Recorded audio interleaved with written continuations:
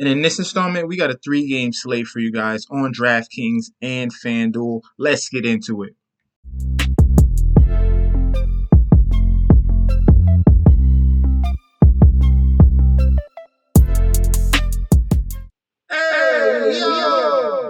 Welcome back to the channel. It's your boy Chef D, and I'm here to give you the winning ingredients for your Tuesday night slate showdown in NBA for DraftKings and FanDuel. We're definitely going to deep dive into that. But before I do, don't forget to like, comment, and subscribe to the channel.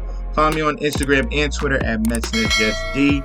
Also, follow me on TikTok at Chef_D91 as well. And do not forget to sign up for the Patreon, all right? Don't forget to sign up for the Patreon. I told you guys in the previous video, sign up for the Patreon, and you would have had these plays. You would have had the 76ers. You would have had the Mavericks underdog pick, okay? I had them there to cover the spread, and I also had them in another bet to win the game outright. Golden State Warriors came through. Padres was one of my top plays in baseball. I have a first half money line that came through. And then this gem right here between the 76ers and the Dallas Mavericks. Mavericks got their first win of the series, all right? I stress to you, do not miss out to sign up for the Patreon. The link will be down below, all right? Now, let's get into this slate. Oh, wait. Before we do that, if you are a viewer and not currently a subscriber, go ahead and click that subscribe button. We are at 828 each and every video. We continue to climb. The goal is 1K. 1K will be the cash giveaway, all right? We're almost there. Let's keep pushing, all right? Let's keep pushing. Now, we can start with this 3-game slate we got going on Tuesday. Starting off at the point guard position.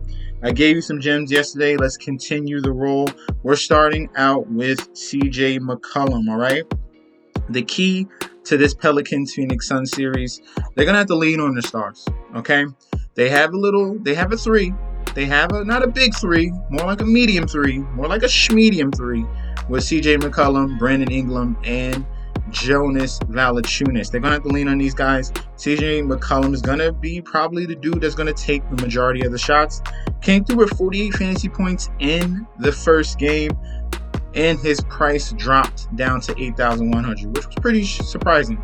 You're getting someone here that's going to take 20 to 25 shots per game in CJ McCollum. If he's really hitting at a high clip, then you can definitely see this game environment being a little bit closer and an opportunity for the Pelicans to steal a win. So CJ McCollum is going to be one of the catalysts of this team as one of their main acquisitions of this year. And as you can see, came through with 25.6 assists and 8 rebounds, 1 steal and 1 block, playing a ton of minutes, all right? So he could have been a lock of the night because I know that he's going to put out the output. The numbers are going to be there. The question is, will they get blown out? Which they did earlier, but they fought back. This is a very tough-minded team that they got here, coached by Willie Green. I'm liking CJ McCollum at that point guard position, all right? Next, let's go over to the shooting guard, and we got Malik Beasley.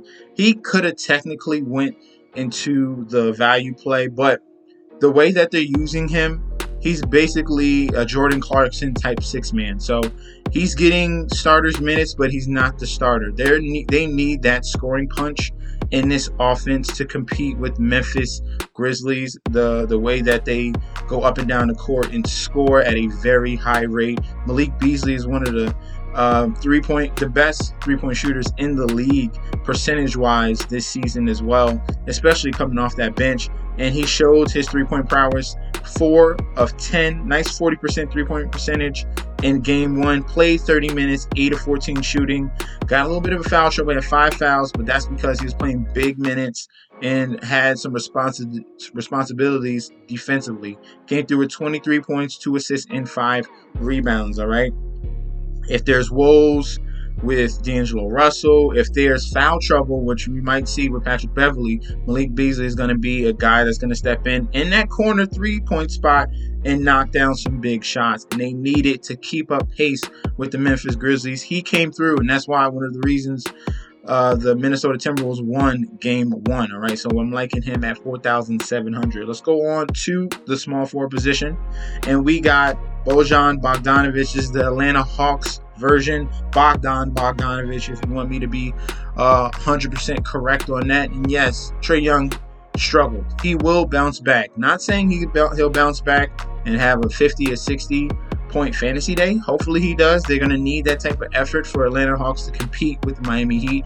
But another key cog to this offense is going to be Bogdanovich coming off the bench and providing a big punch scoring-wise. He struggled mightily in Game 1. 26 minutes, was 0 of 8. If he made any of those shots, he would have definitely got to his usual right about 25 to 30 fantasy points. He made none of his shots, was aggressive going to the free throw line, chipped in with a couple assists and rebounds. I'm expecting a definitely opposite total 180 from him in this game.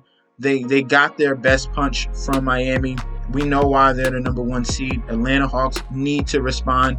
So I'm expecting a better effort from the Hawks in this one than pretty much an almost 30-point blowout. So I'm liking Bogdanovich. They're going to need his scoring and some others that I'll get to very soon. So 5,300 for a starter. Yes. And he's going to have a bounce back performance shooting wise. Yes, we're going to play Bogdanovich. Next guy we're going to look at will be John Collins. All right. John Collins is the starting power forward for the Atlanta Hawks. They have injuries to that center position. They're going to lean on him a little bit more. Obviously, he only got 21 minutes because it was a blowout. I'm expecting those minutes to increase to 25 to 30 plus minutes in this one in Game 2 in a not saying must-win situation. You never want to go down 2-0, but they're going to need to lean on their guy that pushed them so far forward last year. That nice two-man tandem that they had with Trae Young and John Collins was very, very propelling last year to that Eastern Conference Finals. And John Collins is back. He is as 100% is going to be right now, and at that price of $5,100, someone that was $7K and above. We're going to have to take that shot because they have no Clint Capella, okay? They're going to need his three-point shooting ability. They're going to need him to scrap down low and get rebounds, chip in with a couple blocks, assists, create some steals. I'm liking John Collins at $5,100. Let's go on to the center position.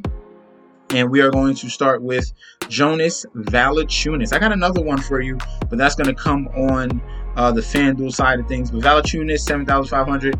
He creates a nice mismatch for the Phoenix Suns, going up against the Phoenix Suns, and even going up against DeAndre Ayton. You think that would be more even, but he exploited them and really was the catalyst in that second half from them making that run, really dominating the boards. He had 25 rebounds, okay?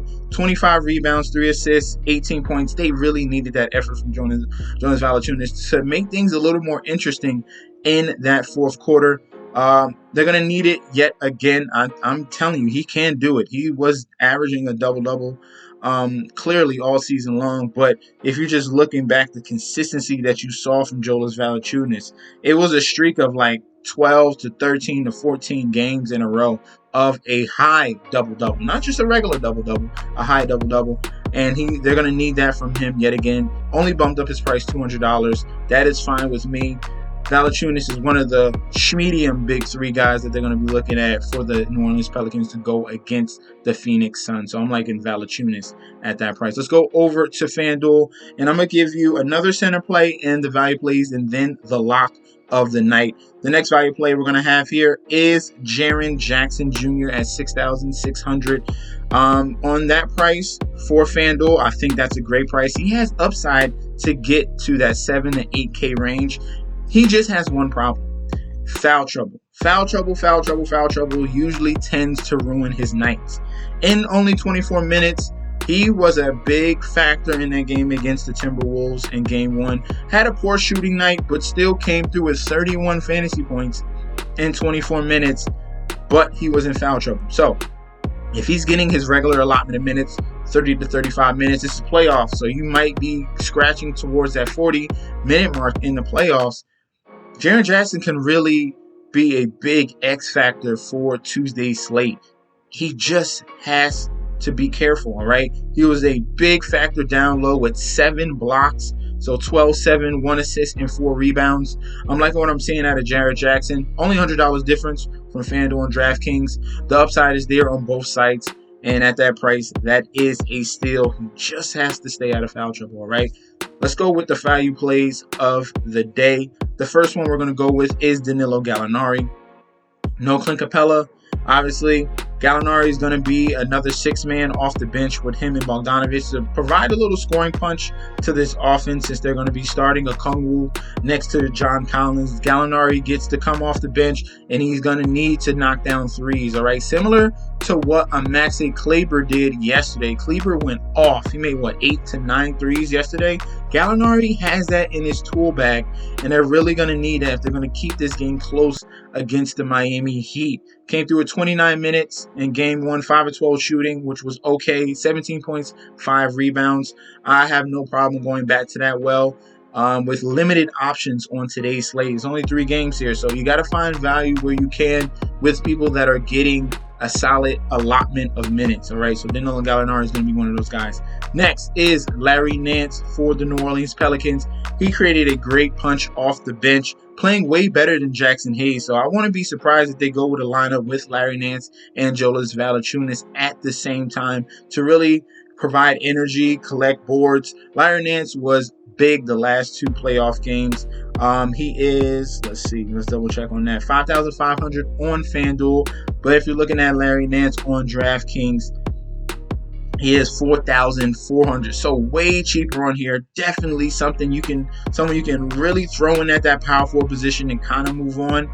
And in limited minutes, 20 minutes in game 1 was very, very effective. 14 points, 6 rebounds, 3 assists, 1 steal. Everywhere, creating havoc on the court, providing energy for that second unit. I'm loving Larry Nance. And even in that Clippers game, 24 minutes, came through with a big double-double, 14 and 16, 4 assists, 1 block, 45 fantasy points at 3,400. He can be a sneaky guy for today's slate, all right? Next, we're going to look in at Jayden McDaniels. He's outplaying currently Jared Vanderbilt, who is less of a scorer, more of a defender. But McDaniels provides that same type of upside as a defender because he's very long and lanky, but he provides upside on the offense as well. So Jayden McDaniels on FanDuel is 4,600. And if you're looking at McDaniels on DraftKings, he can get you 4,000. All right, so definitely cheaper. Everything's cheaper on DraftKings here, so you can really pay up. Maybe go 3 9K guys on one of your lineups. I think you can pull it off with some of these cheap guys we're looking at. But in back-to-back games, well over 20 minutes, we saw a better performance in him in that Memphis game. Came through with 15 points, 7 rebounds, 2 assists, 3 blocks. Really stuffed that stat sheet. Got into some foul trouble, but was active in his allotment of minutes. But I saw the increase in minutes, him outplaying Vanderbilt. That's why we can lean on him just a little bit, sprinkle a little bit of McDaniels if you need a little bit of salary saving, okay? And then last but not least will be the lock of the night, and that's going to be the floor general for the Phoenix Suns. Give me the ball handler in this situation. I love Devin Booker, but someone that's going to be carrying the ball at all times will be Chris Paul. And this is when Chris Paul wakes up. Obviously, he had a little, he took a couple games off. Not a couple games. He took a lot of games off with his broken thumb. And this is playoff CP3. When you get playoff CP3, you ride him to the wheels crack. And he's going to perform upwards to that 10K to 11K range, okay? He can get up there because this is what he's been waiting for all season. He coasted all season, and now you're going to see the real CP3. So we're going to ride CP3 as a lock of the night until he gets properly priced. He came through in game 1 and assaulted the New Orleans Pelicans. 30 points, 10 assists, 7 rebounds. He already is going to get that double. The question mark, can he chip in with the rebounds? And he will. Will he chip in with the steals? Of course he will.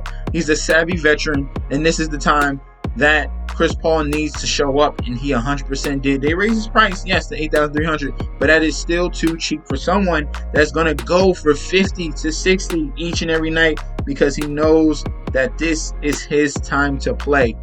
Regular season was Devin Booker. Playoff will be Chris Paul. So he's going to be the lock of the night. All right, let me know in that comment section down below if you have any other suggestions at point guard, shooting guard, small forward, power forward, center, value play, or lock of the night. We could definitely discuss that down below. All right, thank you guys for tuning in. Don't forget to like, comment, and subscribe to the channel. Follow me on Instagram and Twitter at MessageSZ, and I'll be back with another video very, very soon.